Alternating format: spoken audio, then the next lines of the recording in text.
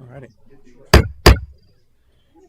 It is 6:31 on Wednesday, May 13th, 2026. A quorum is present. I will call to order the Planning and Zoning Commission regular session of the City of Manor. We are gathered at 301 East Eggleston Street. That is Manor City Hall in the council chambers. First off, I will call up our white card. I have one white card from Ms. Krista Square. You will have 3 minutes to speak. I'd like to know which one of you has $20,000 to $100,000 to entertain a lawsuit against an organization like KB Home. Last week, I emailed a public comment which was not read to City Council. Michael Burrell, you're responsible for that failure. In October of 2025, I requested the plans and modifications KB Home was requesting approval. However, the City of Manor is in cahoots with KB Home and did not supply these plans until 4:30 p.m. the afternoon we were to have the City Council meeting. I requested a delay in approval so the plans can be reviewed. One City Council member stood up for me, but was bullied by Manor engineers and lawyers. So the approval was pushed anyway. The City of Manor employees, both elected and hired, will rubber stamp any developer coming into Manor and be deceitful and gaslight community members. KB Home Stage 2 has brought nothing but more water, destruction of my property, and washing away my family dreams. I am here today to tell you that my lawsuit has been filed. I have been in touch with our state representatives. I have received feedback from other community members who are also experiencing flooding from developments that Manor has approved. I have looked into filing complaints against the law firms and engineers who contract with Manor with their state licensing organizations. My ranch is my lifelong dream, both personally and professionally, yet KB Home can disregard the law, push city officials around, and obtain approval for plans that devastate their neighbors. You are part of this organization and city in creating a space that is healthy physically and mentally for our residents. And over again, you get the green light from Scott to push these plans, and you're devastating the community. You have $1 billion developments coming in. KB Home's development is many billions of dollars. And rather than developing a beautiful space that the community can benefit from and actually be responsible for water and potentially build a lake that people can gather at, you guys approved detention ponds that only let water downstream and therefore flood neighbors. It's not just me, it's all of Suncrest Road. It's other families that have come here when you talk about stormwater issues. And it's your responsibility to be the gatekeepers, not Scott telling you, go ahead and green light it. I am asking you guys to pay attention to what is happening to this city and hold the developers accountable. What you're developing today impacts the city for decades to come. Thank you. Thank you so much. Mr. Robert Battle, you have 5 minutes to speak on the non-agenda topic of, quote, crappy Manor ethics, as well as items 6, 8, 10, and 12. Your time will start. Actually, before you start, I have a point of order I'd like to ask. Okay. You didn't call the meeting to order last time. It's a void meeting. Do you understand that? It's everything about it is void because you never hit the gavel and you never called it to order.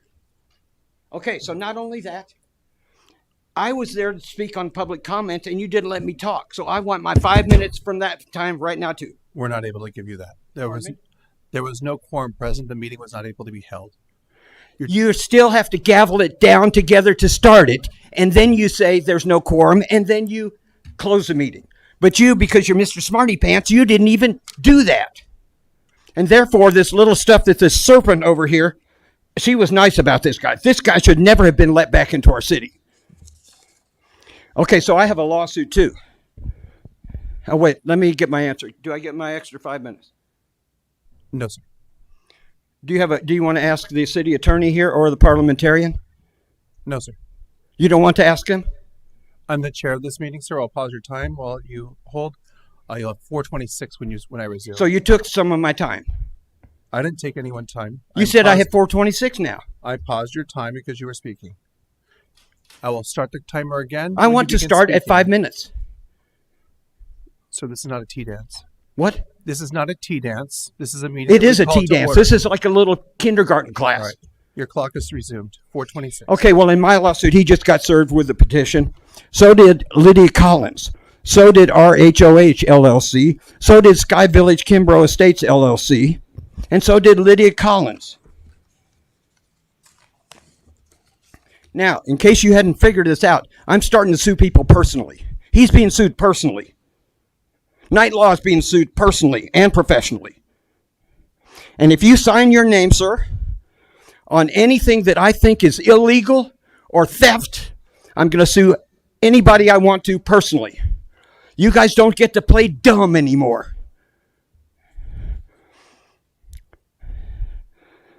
One, we're talking about Kimbrough Crossing, 25.61 acres of commercial development. Our own city ordinance requires a public plaza for every commercial development over 10 acres. When are you guys going to start requiring that? Do you guys don't even know what a plaza is? Pete Dwyer, that poor white trash guy, I like him. I think he's interesting. But man, he and Barth Timmerman, 30 years ago, they sat down at a bar and they wrote out a napkin and they just carved up our town. Then they picked who's going to be on the Chamber of Commerce. I think Pete Dwyer is a partner in Manure Journal, the newspaper. And I'm also suing Dory West personally. She defamed me and she has kept our city in the dark. She's not a newspaper. By the way, I did ask for a booth at the 5K run for Maynard Messenger and for the Austin Bocce League. Okay? Now, if I don't get that, whoever signs that piece of paper refusing me is going to be personally lawsuited. Now, here's the way it works in the courts. The jury decides this stuff. So when Scott Dunlop, he says I was stalking. You remember this, Scott? I was doing my laundry, and one of your workers, the building inspector, shows up, and he comes in, and he goes over there and gets a haircut on our dime. Well, you said I was stalking him. And you said that to get a gotcha moment. What do you think a jury's going to award me for that? $50,000 or $100,000? Well, okay, on Texas courts, it's exemplary. If you guys screw up and you know you screw up, it's double. But then when I take that double into the federal RICO court, racketeering, it's triple. So let's say it's 10 times 2, that's 20. Times 3, that's 60. 60 plus 20 is 80,000. For just okaying one simple thing. If you okay one simple thing, this goes for you, Mr. Scott Burrell. Does anyone really think Scott Burrell is the supervisor of this guy? Okay, they're stealing our parks money too. Can you give me a 2-minute warning when I get there? That's all? You have 1:35 left. Thank you. Well, basically, this plat here, 17.64 acres, is floodplain along Cottonwood Creek. It's not parkland. They've got one little spot. It's a water ditch. Manor Heights owes us $15 million. 15 million times 2 is 30 million. 30 million times 3 is 60. 60 plus 20 is $80 million. That's what I'm going to collect from the places that you let steal the parkland from us. Not you guys. You guys have done a couple of good things. Someday you're going to understand that you're actually a committee and you're going to kick him off of there and you're going to have, someday you'll have your own email address. Do you think you guys could do that? Ever get your own email address? When did you get my email from 2 days ago? Did he slow walk it? Did you get it 5 minutes before? It went out like 2.5 days ago. When you get my email, you, to the P&Z Commission, you send it immediately. Do you understand? Do you? No, he doesn't have to answer me. Okay, let's see. Total theft. Well, it's the engineers. Barth Timmerman, I thought maybe he was going to be... Did he get appointed to the public impact fees? If he's appointed to that, well, I'm already suing him personally. What am I worrying about? Okay, the city secretary, mayor, city attorney, they're all in cahoots. This is a racketeering thing. The Rotten Apple police chief, I don't see them anywhere. Your time has expired, sir. Thank you. Well, thank you. I really appreciate it. I really enjoy it. Was it as good for you as it was for me? That concludes public comments. We are moving on to our first item on the agenda. Conduct a public hearing on a specific use permit for 15,000 square feet of professional office, medical office, and medical clinic on one lot on about 3.11 acres, more or less, being located at 13801 North FM 973 in Manor, Texas. The applicant is Rafiq Karadia, and owner is Platinum 973 LLC. Mr. Battle, you are signed up to speak on this item. You have 2 minutes. Yeah, it used to be 3, but now it's 2. Okay. Now, this is a somewhat interesting situation because, yes, we do want medical facilities. And you guys brought up a good point. Do we want them at the front of the place or in the back? That's a good question. My better question for the moment is why aren't we requiring a plaza? Some people think health and wellness, it's nice for people to sit out and communicate with each other. We don't have one single place anywhere in town. And in fact, you know the little place over here, the art park? They put in some public art there. They put in a picture of an Austin parking garage. It's a picture of an Austin parking garage. You guys do you not want to approve public art? I think that's part of, they can't put in the Harriet Tubman mural for free, but they put in a picture of an Austin parking garage. So my question is here, when are these lazy, cheap-ass bastards going to start putting some parks in? Thank you. I mean plaza. I meant to say plaza. That concludes all the speakers on this item. Staff, a summary. Sure. So this is the new Bolero gas station that's on 973 by Suncrest, right next to Compass Rose. So their first phase is open, which is the gas station, convenience store, and the restaurants inside. And they're under construction on 2 7,500 square foot buildings for phase 2. And that's where the specific use is being requested for the square footage of those 2 buildings. They're requesting professional office, medical office, and medical clinic. So they can have a range of different medical services. And then professional office could be things like a real estate agent, tax preparer, something along those lines. In this area, typically we do recommend, no more than 10% of a property to be under a specific use permit for these medical type uses or office uses. But this property was annexed after, it was annexed in 2017. I might have it on the form, but we don't collect sales tax on it. And so, when we get to the action item, we are recommending approval. So that way, as requests come in for medical uses in areas where the city does collect sales tax, we have more places to direct them to places that we don't collect the sales tax and that are already permitted. So we don't have specific use permits all over the city. We can sort of maybe start creating medical districts and medical hub type areas. But yes, I'm available for questions if you have any. And we can also discuss that. Mr. Kavadis, you'll be here for the business item as well. And we'll probably address that more as we get to the business item. Sure. My name is Rafiq Karadia, and I'm... Oh, sorry. Karadia. Yeah, did you want to address this now, or do you want us to talk? We'll ask you here after if you we have questions, you can ask me. Okay. I'm here, okay? All right. Thank you, sir. Thank you. And sorry, not Kavadis. Karadia. Yes, thank you. Thank you. Commissioners, any questions for staff or the applicant? If none, I will entertain a motion on the public hearing. I make a motion to close public hearing item number 1. I have a motion by Commissioner Pies to close the public hearing. Do I have a second? I'll second. Second by Commissioner Meyer. Any questions to the motion? Seeing none, all those in favor, raise your hand. Opposed? That motion passes 7-0. Item 2, conduct a public hearing on a specific use permit on 5,725 square feet of medical office on one lot on 6.76 acres. I'm not reading these tonight. 6.76 acres more or less, and being Los Entradas North, also known as 12420 Tilgang Pass in Manor, Texas. The applicant is LVE Los Andrades REG LP, as well as the owner. I will get into this. Daniel Fry, you are signed up to speak if you'd like to speak, or are you just here to answer questions? Okay. All right. Mr. Battle, you can speak up to 2 minutes. Sir, Thank you, sir. My name's Robert please- Battle. What? You had I think a near expletive come out last time as you were leaving this. What was that? I don't pay attention to people's words. Well, then what are you talking about?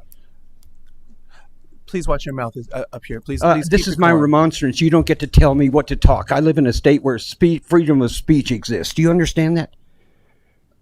So I don't need you to tell me decorum when you're putting townhomes on top of black people's graves. You approve that. And you're going to give me a lecture on not saying jackass. Did I say jackass? Was that the word?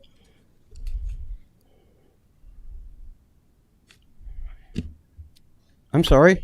I'm trying to, in my lawsuit, I asked for guidance on this because I called in our pompous beanbag, Jeffrey Trevelyan. I said he hadn't done a damn thing for Manor in 8 years. And Judge Brown got all upset. He said, "Oh, Robert, you can't talk like that. You have to show decorum. Jeffrey, you're a really great commissioner. I'm sorry you had to hear that."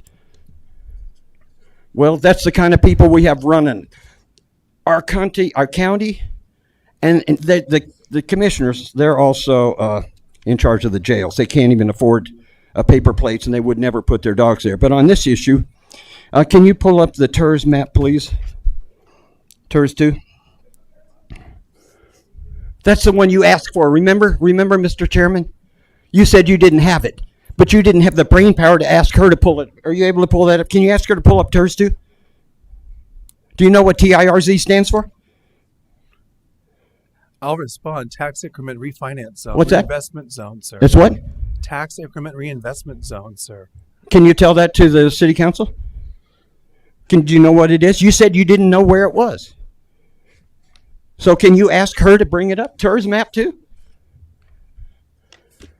This is your chance to be a man.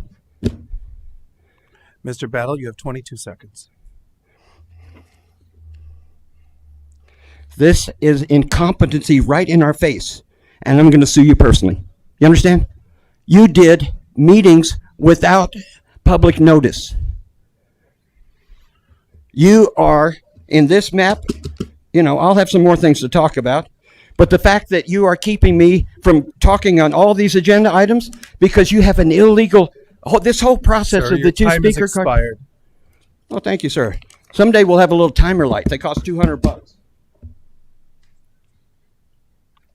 Commissioners, that is all the speakers on this item. Staff, did you want to provide a brief summary of this? This is in the same property as a previous item we had come up for our medical office. Sure. So this is over in Las Entradas North, which is not part of a TERS. And so this is next to kind of in between Bojangles and Breaks Plus, the area there where those new retail centers are going in. And so there's 2 buildings that are pretty much finished at this point. So the tenants are starting to go into their spaces. This includes Chewy's Action Behavior Center, a Pilates studio, and a couple others. And so they are requesting, the request was initially put in for 5,725 square feet of medical office, but it was reduced to 2,200. So we couldn't change the language on the agenda since it had already been posted, but your backup is for 2,200 square feet of medical office, which is proposed to be a dentist office. This property, the city does collect sales tax. And so we were looking at the percentages of non-sales tax generating uses, and then what is permitted through a specific use permit. And so this would be the first specific use permit for this property, and with the total build out of the Frost Bank, the Breaks Plus, shops 1 and 2, and the future shops 3, which is 9,000 square feet. This 2,200 represents about 4.4%. But if you include the other uses that are already known, so Action Behavior Center, Frost Bank, the Pilates studio, that represents about 34% of the development, and there's still 38%, which is unknown. But within the future land use map, on property.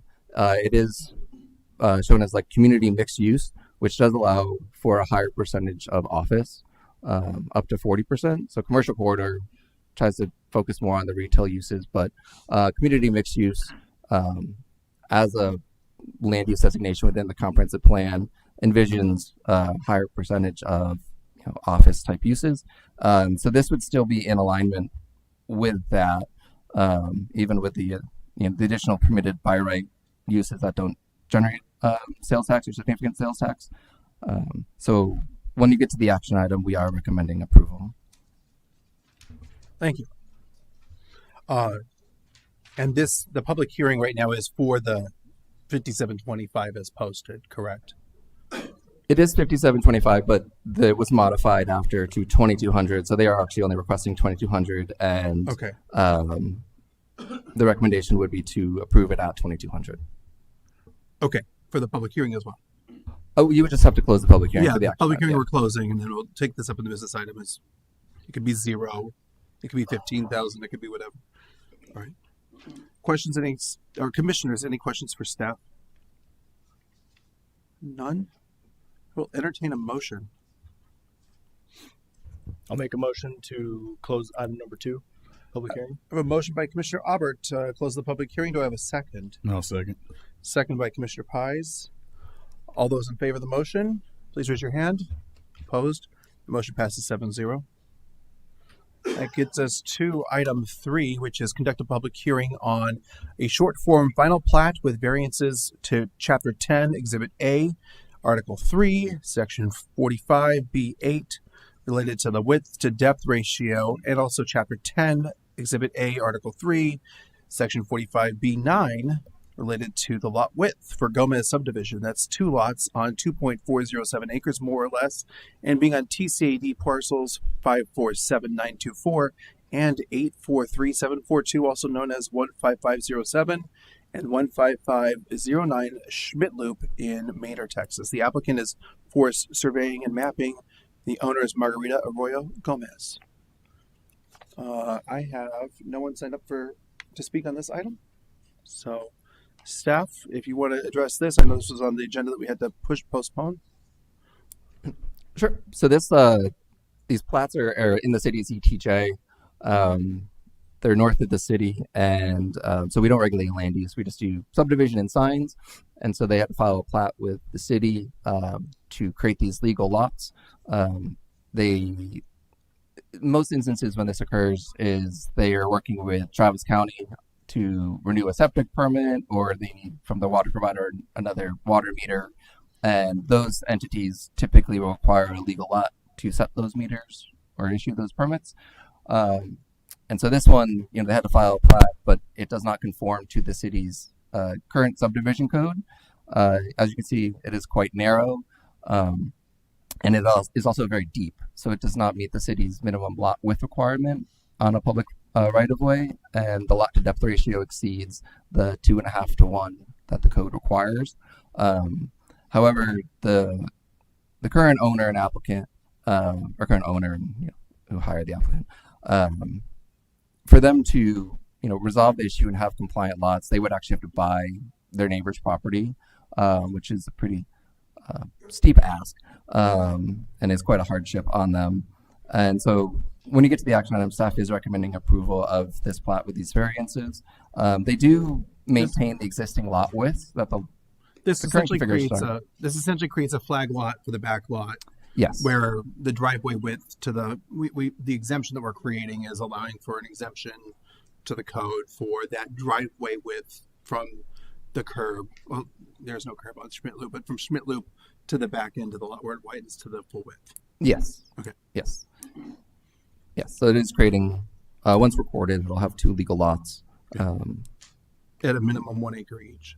Yeah. One acre and then 1.4 acres. The size of the lots actually doesn't change. They sort of, move the lot lines around, but the acreages end up coming out the same as they kind of currently are, just a different configuration. Okay. And this has been ongoing since, the 70s is sort of when this first started getting platted out. So it's been quite a few number of decades. Any questions, commissioners? Let's talk about flag lots later. No, I'm just kidding. All right, if you have no questions, I will entertain a motion on item 3. I'll move to close the public hearing on item 3. Motion by Commissioner Meyer to close the public hearing. A second. Second. Second by Commissioner Terry. All those in favor, please raise your hand. Opposed? All right. Motion passes 7-0, I believe. Correct, Terry? Yep. All right. Item 4, conduct a public hearing on a subdivision preliminary plat for Kimbrough Crossing, being 17 lots on 52.69 acres more or less, and being TCAD parcels 236951, also known as 14018 East US Highway 290 in Manor. The applicant is Baron Stark Engineers LP. The owner is Timmerman Commercial Investments LP. Mr. Battle, you are signed up to speak on this item. You have 3 minutes from when you start speaking. 2 minutes from when you start speaking. Thank you. Yes, my name is Robert Battle. I don't think the people in this room are really taking personally how thorough I am at this lawsuit. This is the witness list. Okay? I have a defendant list. I have a personally list of people I'm personally going to sue. Okay, so now in this one, I'm looking, I don't have the plat map in front of me. I had to spend a lot of time sending a letter to you guys that you probably haven't even gotten yet, because he slow walks everything I send him. He's your censor. Someday you'll get him out here in the audience where he belongs. Okay, now my point for this one is, Baron Stark Engineers, if you claim parkland and it's a water ditch, I'm going to sue you personally. Do you understand? I'm already suing Timmerman personally on about 6 issues. He's stolen from us right, left, and center. He's been working on the public impact fees. We've given him $8 million. He won't put a plaza in. These rich people are the cheapest bastards you will ever meet. They're poor white trash. Okay? Now they're smart, but they have no class. Pete Dwyer did not even know what a plaza was. Every little town in Mexico has a plaza. These people need a plaza, don't they? It's 52.69 acres. I don't know how much commercial is, so if I've missed something here.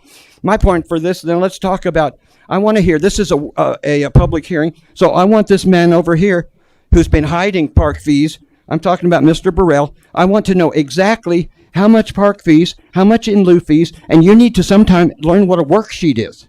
Because I did a FOIA request, and the city attorneys sent me a piece of worthless crap about $150,000 when this is the Manor, it's the view at Manor Crossing. The view is, of course, the back of HEB. Boy, that's quite a view. It used to be the park until I pointed out they have no parkland.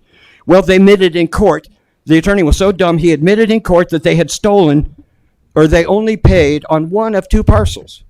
So me, Mr. Brainiac, says, well, they only paid on one. That means they didn't pay on one.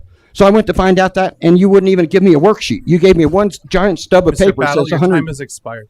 Oh, I'm sorry. Thank you. Gosh, I was just having fun. I was just I getting know. going. Right as you get spun up. Pardon me? Right as you get spun up. Time's up. Thank you. Spun up? I Thank said you, it was fun. Staff, do you want to? This has been slightly amended, at least for the public hearing. We can talk about that on the business item for the ETJ. Do you have any questions or anything that you want to share on this?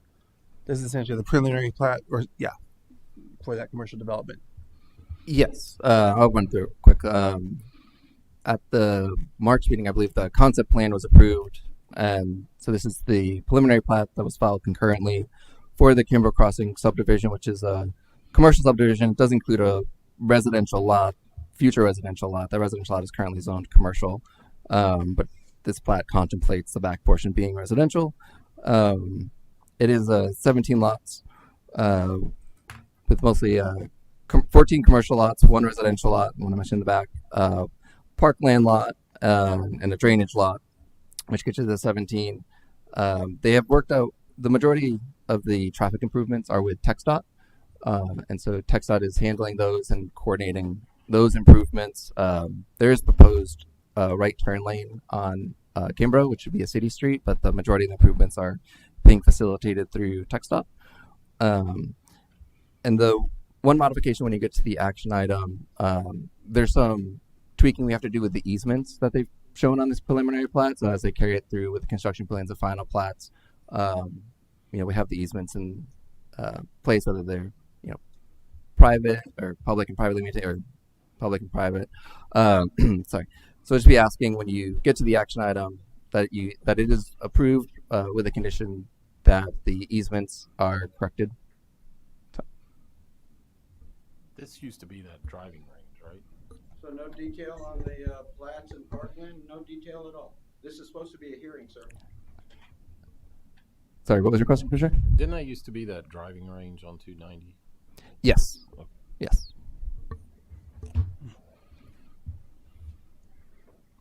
Any other questions, commissioners?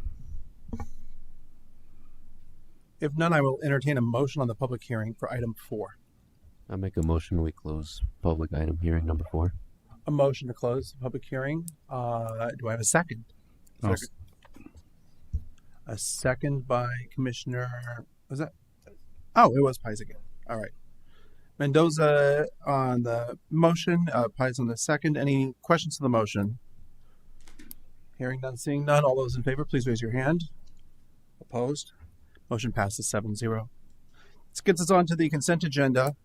All the following items on the consent agenda are considered to be self-explanatory by the Planning and Zoning Commission and will be acted upon with one motion. There will be no separate discussion of these items unless requested by the chair, which it will be, or commissioner, in which event the item will be removed from the consent agenda and considered separately. These include items 5 and 6, which are the minutes from the March 11th and April 6th Planning and Zoning Commission. Request for staff really quick on the motion sheet or on the minutes that are for the April 8th meeting. That was no quorum. There is no record of the items that were administratively acted upon. Is that standard protocol or should that be recorded in the minutes? So are you speaking of like item 6, like that one? Item 6. What do you talk? Yes, item 6. I'm sorry. Oh, yes. So that goes into the minutes for this meeting. So it's a report of the administrative actions. The draft minutes, and I'll refer to Ms. Felfy because I believe she drafted these minutes. The minutes only state regular session 6:30 p.m. Call to order and announce quorum is present. With no quorum present of the Planning and Zoning Commission present, the regular session of the Maynard Planning and Zoning P&Z Commission was canceled by Chair Stensland at 6:45 p.m. on Wednesday, April 6th in the council chambers at Maynard City Hall, 105 East Eccleston Street, Maynard, Texas. Technically, and then it says adjournment. Technically, because I didn't cancel the meeting, but I declared that there was no quorum present. There were several administrative actions that were taken because of the shot clock in the city code that are not recorded in these minutes, and I would expect that those would be recorded, or I guess I would protest that those need to be incorporated before I would be comfortable adopting them. Mm-hmm. So, City Legal is the one who provided for the staff report of the administrative actions resulting from the April no quorum, and that would be part of. I'm not used to having staff reports. The agenda for this. Sorry, meeting. You're right. Hi, long time reader, first time talker. I see now that item 6. Item 5. I think 5C was what I was looking at originally. Okay. So 5C is just the draft minutes. The staff report in 6B provides the actions that were taken in absence of a quorum. Okay. I will rescind my request to separate those, and I will entertain a motion for the consent agenda. This is separate, correct? So we have to do 5 and then 6. Oh yeah, because Yeah, you could read both 5 and 6. We could read 5 and 6 Yes, separately thank if you like. No, I'm just asking.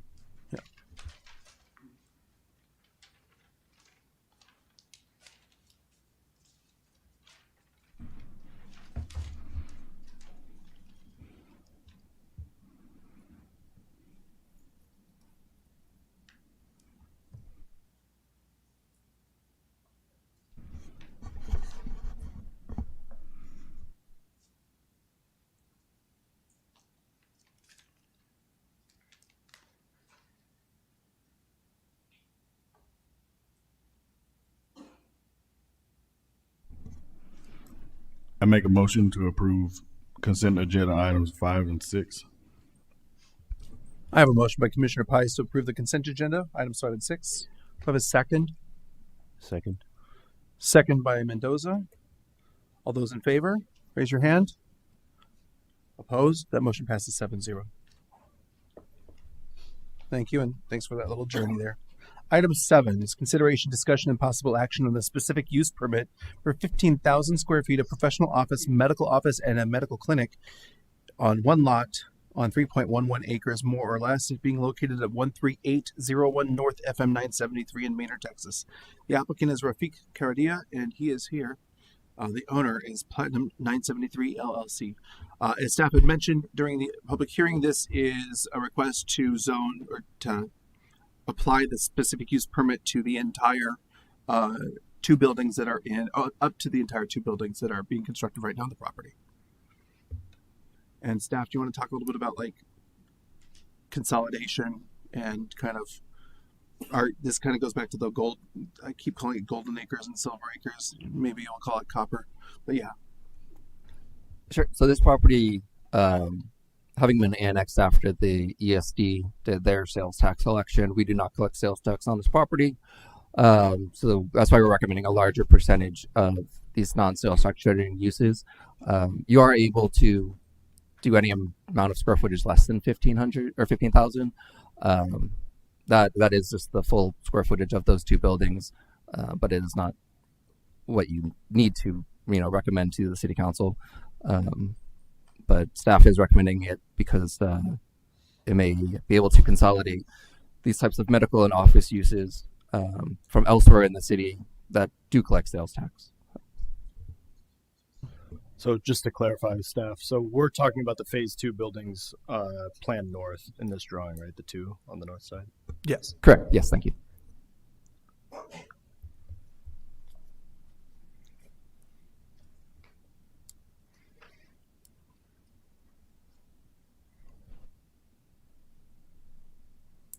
Mr. Cordia, where are you all in the lease negotiating process? Are you at a point of are you seeing 100% utilization for a SUP? No,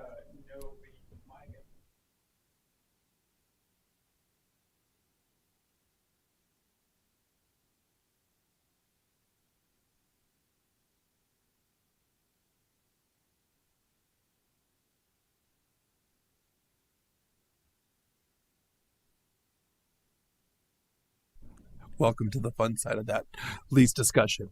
Okay, thank you so much. So at least half of it would be now, but this would allow for in perpetuity if those tenants were to.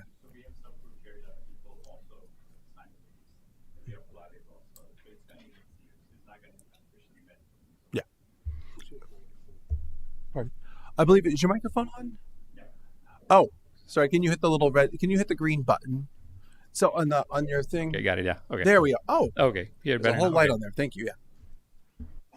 Do you mind just stating really quick, just for the record, what you just stated? I'm so sorry. Sure. My name is Rafiq Karadia, and I'm presenting a retail building on 973. So the total building, we have 12 tenants. Out of the 12 tenants, we might have 6 tenants will be medical use only, or professional use for tax purposes or insurance place like that.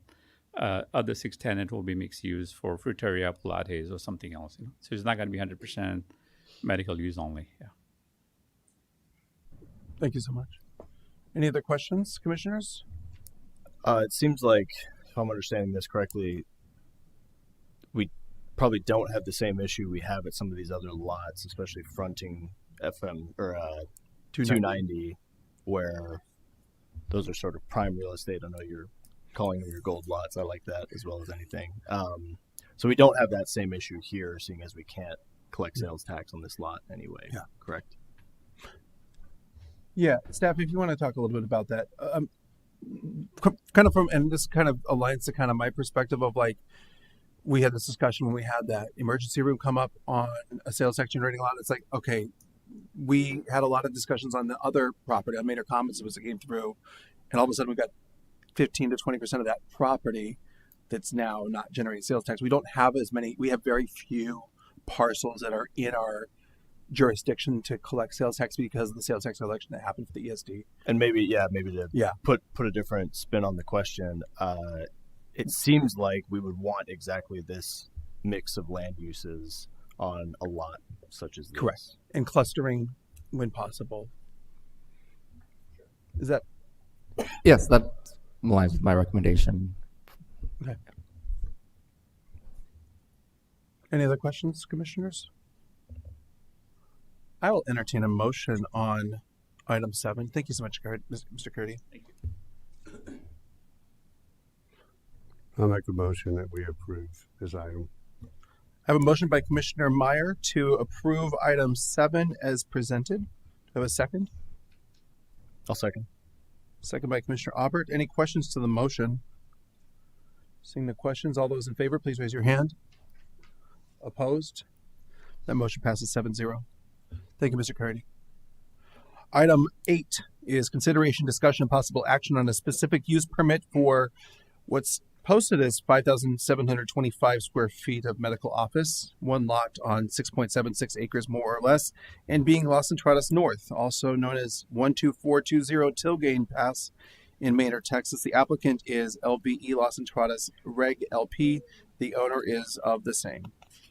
Staff, we're talking about Golden Acres now, and I believe a reduced square footage on this. Correct. Yes.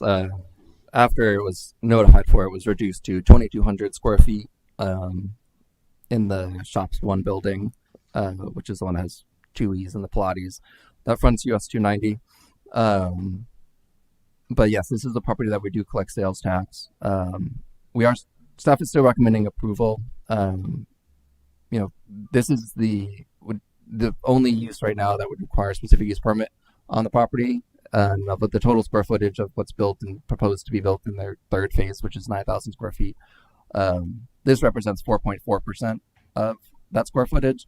But as previously mentioned at the public hearing item, under community mixed use, that recommends 40%, office uses. So it has a smaller amount of retail, more office. And so even with, this medical office use and including the Frost Bank and the Action Behavior Center, it is still below that 40% threshold, so it's still aligned with the comprehensive plan. So we are recommending approval. Staff, I do want to kind of, raise just my point or my concern is with their current build out or their current leasing practices, they're really far off from our quotas. So essentially, after approving this, they would have to do 100% retail in the remaining 38% in order to get close to that mix of 50% retail, 40% office, 10% other, including civic uses. So I'm reluctantly hesitant on this one. I do know they were talking about only 2,200 square feet now, but that's in addition to already having. It puts a lot more pressure on that remaining 19,000 square feet to convert. So do we have a representative from them? Hi. Talk to me a little bit about your property, and you now know that you. It was. Red light is good. Red light. I know it's like a right. It's like a Sting green song. And red and yeah. Now you know that you're on a Golden Acre. What's as that? I call it here. Now you know that you are on a Golden Acre in the city of Maynard. Great. I mean that we can collect sales tax from you, which also means that we can do incentive deals or anything else that we would need to do and that type of thing. Can you talk a little bit about I know you guys have the behavioral health taking up a large portion of this phase 1. The school, yes. Yeah, and then this would be an additional 2,200 square feet that would be dedicated specifically for A medical dentist, use? yeah. And I had a presentation. I don't know if it's available. No. Oh, okay. And I believe, are you Pat Sauer? No. What's your name? Daniel Campbell. Daniel Campbell. Thank you so Yep, much. I'm with the owner of the property. Okay. Yes, that's right. Yeah, so we heard you guys on the sales tax when we originally offered or asked for $13,000. We amended that down to $5,725, and really we amended it down. It's actually 2,225 square feet in order to allow a dentist, Deca Dental. It's a national dental practice. And part of the reason for that is what we've identified in Maynard is that Maynard has a lack of dentists, has a shortage of dentists. The presentation that we had a chart from the American Dental Association that showed that the average amount of dentists per population is about 1 per 300. And given that where Maynard is, Maynard currently has about 9 dentists in the market, 7 normal kind of general dentists and 1 pediatric and then 1 that's mainly for dentures and such. And so with that, and given Maynard's population of about 34,000, our data shows that Maynard's lacking about 9 dentists currently. And so even as the city grows, it needs to be able to have a services that can contribute to the community. And part of what the nice thing about these jobs is that they're high paying jobs. These are dentists, these are dental hygienists, these are good jobs that would pay higher than typical retail salaries. And the other kind of idea behind this is that it is a complementary use. So we have Chuy's next door to them.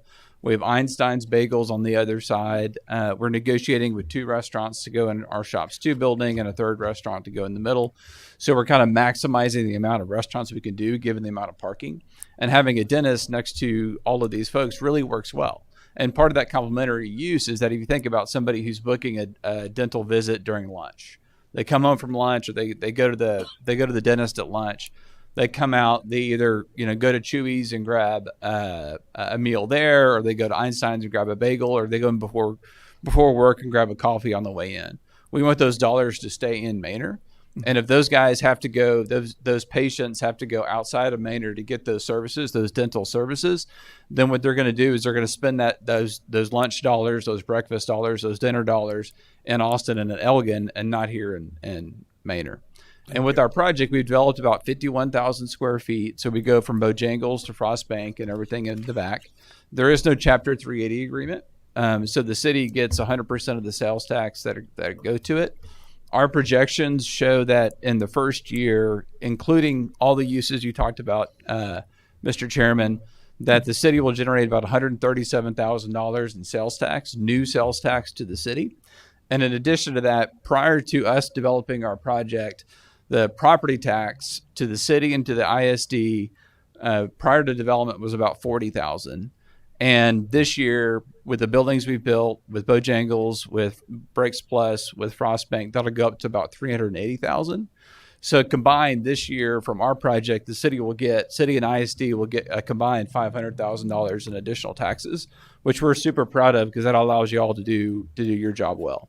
And so for us, what we really see with this use is dentists are needed. It's a complementary use. It's a retail use. So this is a retail medical use, and that they enjoy the convenience of being, if you're going to a dentist, you want to go up a 4-story building and fight gurneys and those types of medical types things. You want to go in and get your teeth cleaned and come back out and go. It's a convenience type business, and that's why it's really well suited to be as part of our project. Thank you, sir. Commissioners, any questions of the applicant or of staff? And for clarification, you said 2,225 square feet is the now settled. No, I put that note on mine as well, if that's okay with staff.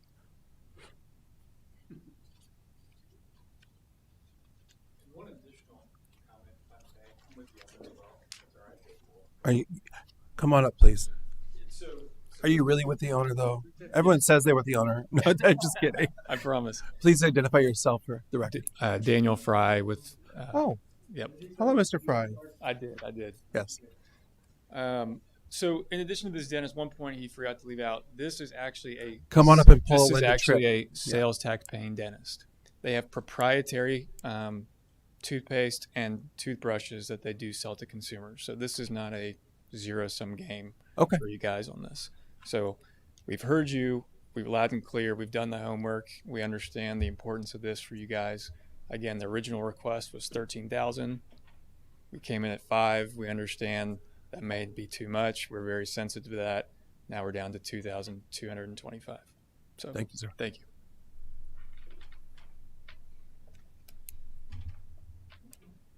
Commissioners, a lot to chew on. No dad jokes, really? Come on, I've been an uncle the last month. It's been kind of fun. Got an 8-year-old and a 17-year-old to entertain. I'll entertain a motion or any kind of other questions. Just to clarify with staff, so the commercial mixed use that this falls under, the threshold was up to 40%, correct? Correct. Yes. From the future land use map and the dashboard that we have, that recommends land uses within those designations. It is split 50-50 between residential and commercial, and that 50% commercial is then further split to be 50% retail, 40% office, and 10% other, which could be like civic uses. Great, thank you.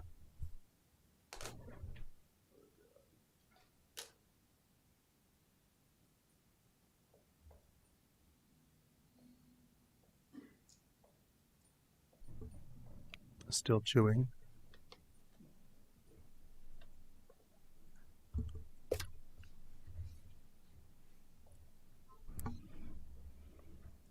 Commissioner Pies? I make a motion to approve regular agenda item number 8.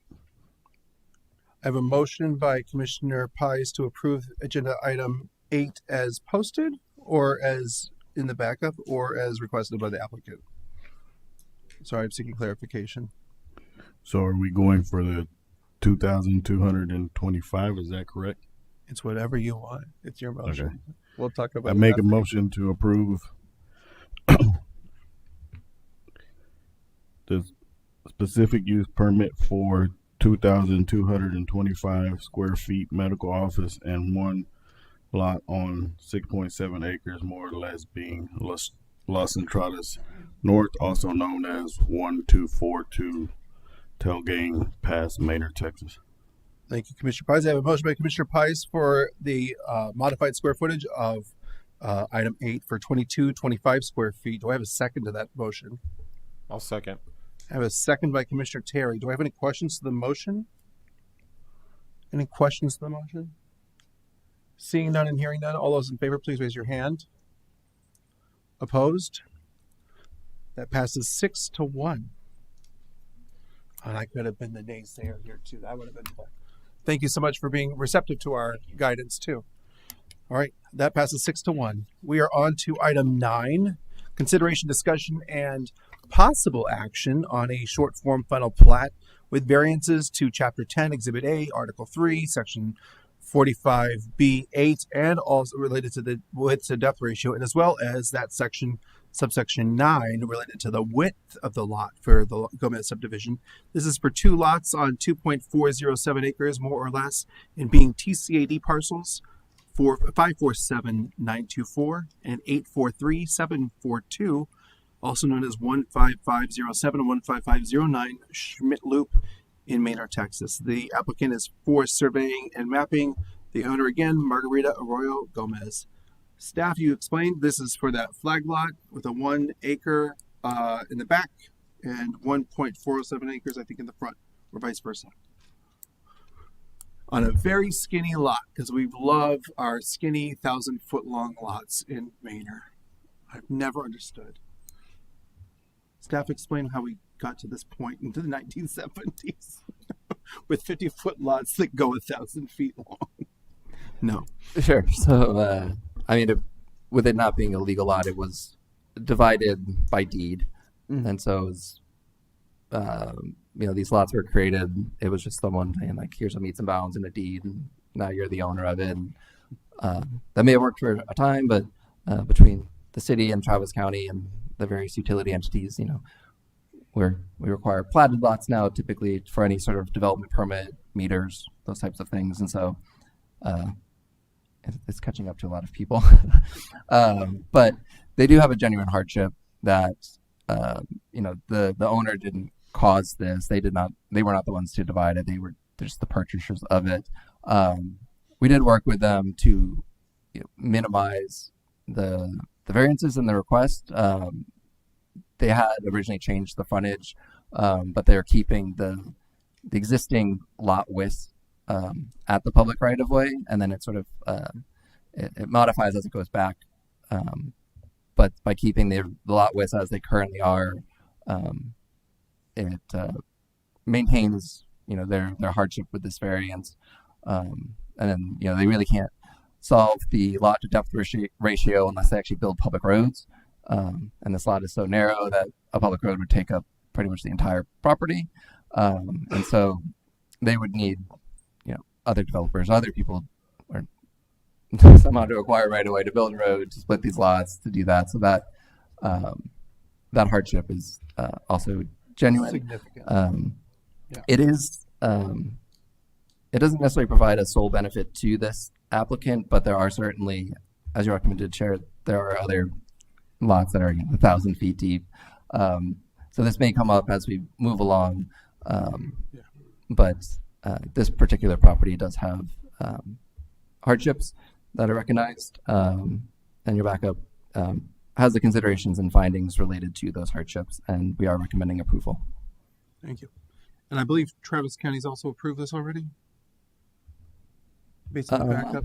I don't know where it stands with their commissioner report. It is filed with Travis County. Typically, the county waits for our approval first before they schedule it for their commissioner's court. Thank you. Commissioners, do you have any questions? There's a conformance letter, engineer comments and response, images. In the interest of not creating a hardship, I make a motion that we approve this agenda item. I have a motion to approve by Commissioner Meyer. Do I have a second? I'll second. Second by Commissioner Terry. Thank you. It's been a week. My goodness. Do I have any questions to the motion? No questions to the motion? All those in favor, please raise your hand. Opposed? Motion passes 7-0. Item 10. We're getting toward the end, y'all. Consideration, discussion, and possible action on a subdivision preliminary plat for Kimbrough Crossing being 17 lots on 52.69 acres more or less and being TCAD parcel 236951, also known as 14018 East US Highway 290 in Manor, Texas. The applicant is Baron Stark Engineers LP, which I believe is here, as well as the owner Timberman Commercial Investments LP. Staff. This is the Hobby Lobby and Academy project with others to be determined. Yes, that is correct. There's existing development agreements and tax incentive agreements approved by the City Council for potential Hobby Lobby and Academy within this commercial shopping center. And as we've said, yes, it's 17 lots. There's 14 commercial lots, 1 residential lot, parkland lot, and a drainage lot. And like I said, TxDOT is handling the majority of the traffic improvements related to this project. And then we are recommending approval, but with the condition that the easements be corrected. So that way, there's some storm drain easements that we're working with them on, whether that actually should be public or not.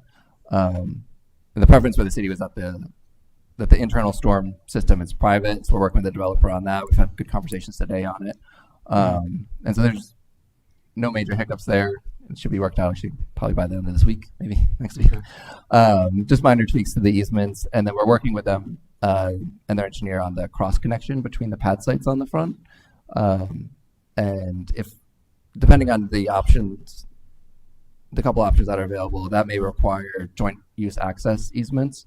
Otherwise, it could be done through declarations and plat notes on the final plat. But if it does do a joint use access easement, those would need to be added to this preliminary plat to make sure that there's joint driveways along the gun lane rather than each pad site having its own driveway, so that we were minimizing the amount of connections to the city street and conflicts points.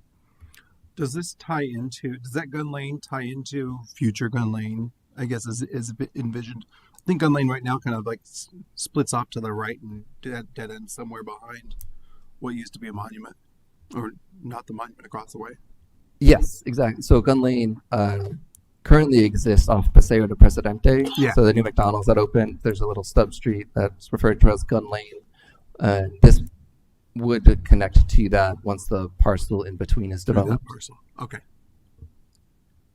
Thank you. And I believe it's a right in, right out for that, for gun lane onto Kimbrough. Yes, that will be a right in, right out. There will be a median. The median exists currently the median's on still Kimbrough, and then the curb cut will be, or the median cut will be for the back, the 50-foot driveway, correct? Yes, that is correct. That way, there's not conflict points with the two public roads and the intersection with 290. All right. And TxDOT required a turn lane on Old Kimbrough, is that correct? Yes. That was part of their list of mitigations that allowed the TIE to be waived.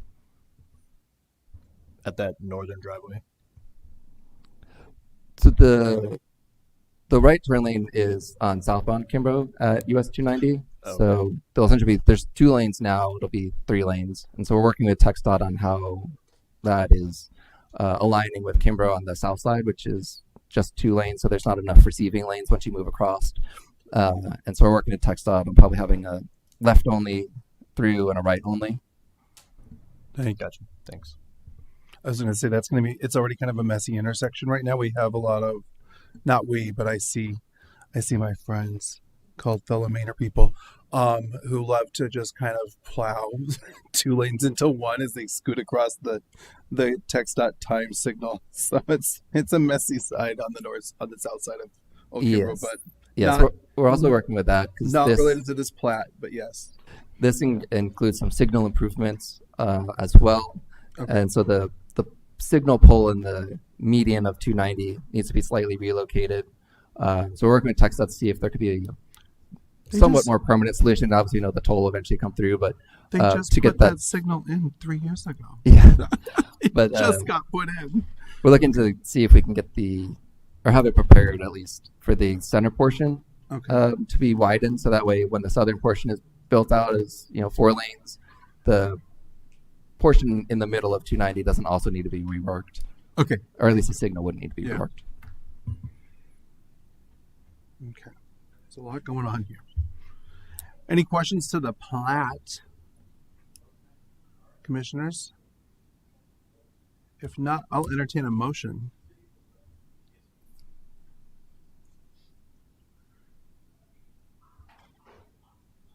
Thank you for having a North Justified map, Baron Stark. I just want to let that be on the record.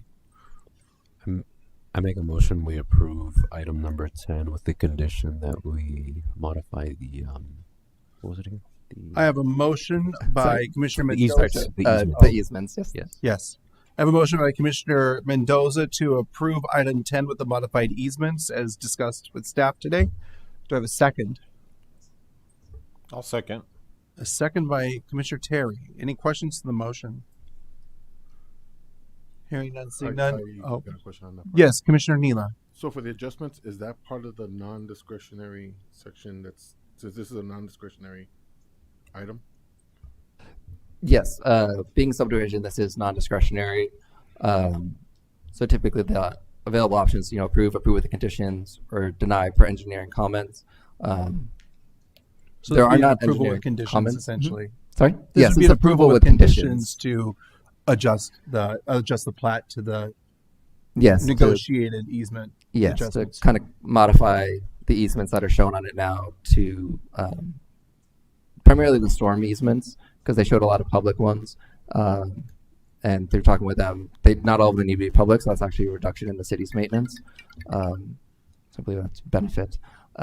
And then, as I mentioned before, the potential for some joint use access easements, but that is likely going to actually be handled through declarations on the final plat. Thank you. Then I'll second the motion. Oh, it's already been seconded by Commissioner Terry, but we'll add you as a +1 Sweet, go ahead then. in a little bit. Any questions to the motion? No questions? All those in favor, please raise your hand. Those opposed? That passes 6-1 with Commissioner Myers saying no. All righty. Item 11 is consideration, discussion, and possible action on a coordinated sign plan for 13207 Bodark Lane, or as you would want to say, Bois d'Arc Lane. This is for Elevate Sign Group, also known as the owner as 13400 Highway 290 AGV LLC. Let's talk about this. It's not the Chewy sign. It's just a coordinated sign plan that happens to involve many sign types. That would be the next one. Oh, just kidding. So this one, there We'll are just 2 do it sign anyway. types within this coordinated sign plan. So this is for the staff refresh has the presidential Glen storage, but it will be public storage as the commercial. Oh, name. yes. So this is the storage property that's under construction behind the Minimax Minimax. Travel Center there at Bodark in 290.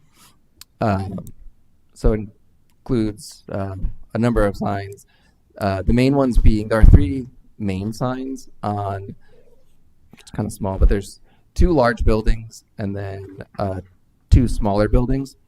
Do you want to call out the, sorry to cut you off, but do you mind kind of calling out probably the illuminated, there's 2 illuminated signs and then a non-illuminated sign on the other facade, correct? For the Correct, yes. Yeah. So the non-illuminated one will face Bodark, so that's on their building A.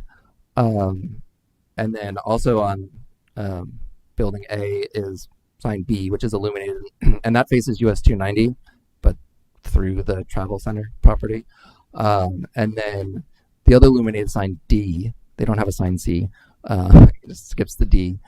That is on the backside of building D. No. It faces east, so as you're coming down 290 from Elgin, like that's the side of the building you would see. So that's where they want their larger signs, their branding there. There are some smaller signs that they included. Oops, skipping too much. That sort of designate some of the uses within there. Like wayfinding. But they're not illuminated. So they're like kind of over doors over some of the bays. But they have 3 primary signs for public storage. 1 non-illuminated, 1 facing Bodark, and 2 illuminated signs, 1 directly facing US 290, and then 1 on the east facade that you would see as you drive down 290. And through the coordinated sign plan, the total amount of square footage that these buildings are allowed, this coordinated sign plan is actually less square footage than that. But through the coordinated sign plan, they're able to accrue sign from buildings and put it on others. And so there's buildings within this property that don't have signs. So it's typically sorry, I'm scrolling too much. The interior ones and the smaller units that have storage units that don't have interior hallways. And so they're basically taking the signage that those buildings would have, putting it into essentially those 3 signs. So those are, buildings A and C, D have, more signage than code would allow, but overall through the property they actually have less signage through that. So staff is recommending approval. Thank you. So the signage in the aggregate is below our threshold. Building A will be concentrated as well as, and then building D will have the other illuminated. Any questions for staff or the applicant? No. I'll entertain a motion on item 11. I move we approve the coordinated sign plan for agenda item 11. I have a motion by Commissioner Terry to approve of item 11. Do I have a second? I'll second. I have a second by Commissioner Pies. Any questions to the motion? Any changes? All those in favor, please raise your hand. Opposed? That motion passes 7-0. Our final item this evening is item 12, consideration, discussion, and possible action on an amendment to phone calls. On an amendment to a coordinated sign plan for the shops at Las Entradas and being located at 12420 Tilgang Pass. This is applicant Artec Signs. The owner, our friends here, LVE Las Entradas, REGLP. Staff, this has lots of versions, 1 through 5, 6, and 7. Yes. So this coordinated sign plan was originally approved in November of 2024. Seems to be a while. And so as tenants come in, this is fairly a frequent occurrence where we do this coordinated sign plans, and then tenants come in and they have their specific signage that they feel isn't met by the coordinated sign plan, and so we'll work with them to see if it can work under the coordinated sign plan or if amendments are warranted. And so here there were some reasonable requests, so we're bringing it before you all as an amendment. So they have 2 buildings, Shops 1 and Shops 2. Shops 1 is the one we've kind of previously discussed with that medical office use in it. As you can see on the screen, there's the one on the left is how it is currently approved, and on the right is what the request is. As you can see, they're adding 3 additional signs on the east, west, and north North facade. yeah. And then here for shops 2, there are 4 signs on the south facade, so that's the one that faces 290. And then they're adding a sign on the east and west facade, so there's 1 on the west facade and 3 on the east facade. And the reasons, so for shops 1, one of the tenants has, particular logos that they need, and so this didn't incorporate any allowance for a logo. And so you can see here, it's still channel letter signs, which is what was originally contemplated. That doesn't change, but it allows for a logo to be incorporated into that. That isn't necessarily, exceedingly larger than the channel letters itself, but it does allow for, more than just the brand's name. It has a logo that can be incorporated. And then the signs that are on the east and the north facade, those are the ones specific to the Chewy's that is proposed to go in there. And those, they are requesting some deviations, as Chewy's does have brand specific signage. And so what staff is requesting, so in the summary form, I had referenced sign SH6. I'm actually going to expand it to include both SH6 and SH7. So if you're looking to approve or willing to approve this, I would recommend approval with conditions that signs SH6 and SH7 are only applicable to the current tenant. So that way, if when another tenant come in, those types of signs, if they wanted to continue, they'd have to come back and ask you all. Those 2 signs, SH6, and you can see here the 3 signs related to that tenant, Chewy's. The sign on the front, SH4, is the standard channel letter. So the front of the building will have the same type of signs, all channel letter signage. But the sign on the side of the building, which faces Breaks Plus, and the sign on the back of the building, which faces into their parking lot in a future 3rd phase and then Manor Grand, those would be Chewy's branded type signs, which as you can see here, this is a projecting sign with neon tubing, and the one on the back, SH7, would also be a neon sign. It wouldn't be projecting; it would be attached to the building. But that's what the non-standard is, to allow for these neon type signs. That would be under my recommendation only applicable to Chewy's. And so if another restaurant comes in there sometime in the future and they wanted non-standard signage, they would have to come back to you all's planning commission and request that. And then for shops 2, this one, this facade here, this west facade, that faces 290 as you're coming into Manor from Austin. And so the tenant there on the corner, usually corner spaces, they're more desirable because you have more facade real estate. But the approved current sign plan doesn't include any signage on the side there, and so it was reasonable to have a standard channel letter type sign on the side as well for that tenant. And then here on the east facade, there was no signage, but there are tenants that only access through this sign. And so without amending the sign plan, those particular tenants, which there could potentially be 3, would not be afforded any signage above their front doors, or really anywhere on the building, because the other signage is assigned to other tenant spaces. And again, these would be the standard channel letter signs. And so we are recommending approval with the condition that signs SH6 and SH7 only apply to the current tenant. Thank you. When eliminated, these will be those non-traditional signs in the city of Manor would be below our limits. They would be within our limits requirements. So what was the question? Sorry. Like this blade sign of the Chewy's, the SH6, that would be, even when lit, it's not going to be 9,000 lumens lighting up the night sky in red, yellow, and blue. It'll just be, it'll be like scoped decently. You know what I mean? You know what I'm talking about? Yes, okay. I do. Our sign code does. Like if I take a picture on the street or on the highway and I get yellow glow from there, it's a little too bright. Like I want to make sure it doesn't have to be exceedingly bright. Anyway, Yes. it's a random question, I'm not but sure it's if within the scope of the sign. if the I don't know if it's It just says lumens or the illumination intensity of the view. sign is included within this. I don't believe our sign code has that either.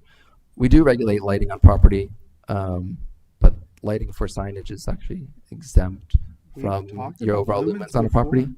I know that I've talked about lumens before. I'm not just great. I don't just sit there and dream of it in my afternoons, but maybe. Okay. But as you said, SH7 and SH6 and SH7 are recommended by staff to be scoped solely to the current tenant of that unit in shops too. Or yeah.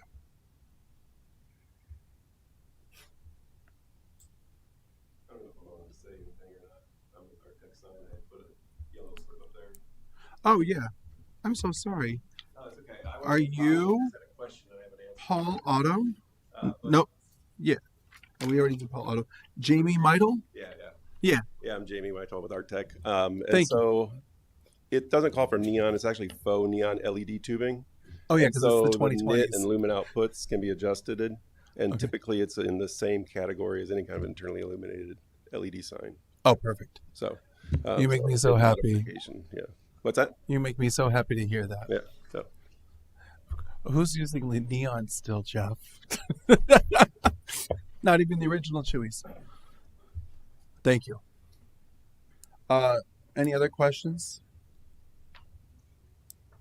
No. I'm the only one thinking about lumens in my sleep. All right. We'll ask him what kind of diodes he's using too. No, that's too much. All right. I'll entertain a motion on item 12. I'll move to approve item number 12 with the condition that the sign labeled as SH6 and SH7 only apply to the currently proposed tenant, and that any future tenants of Shops 1 would not be permitted a sign in that location. I have a motion by Commissioner Terry to approve item 12 on the condition that SH7 and SH6 only apply to the current proposed tenant, and any future tenant or other tenant that is not the current proposed tenant of Chewy's and its company as incorporated would require additional or a future approval by this body. Do I have a second? I'll second. A second by Commissioner Pies. Do we have any questions to the motion or recommendations for changes? Seeing none, all those in favor, please raise your hand. Opposed? That motion passes 7-0. That concludes the agenda for this evening, and I will entertain a motion to adjourn us at 7:48. Motion to adjourn at 7:48. Motion by Terry, second. Second. Second by Meyer. All those in favor, raise your hand. There we go. 7:48. We are adjourned. Thank you all.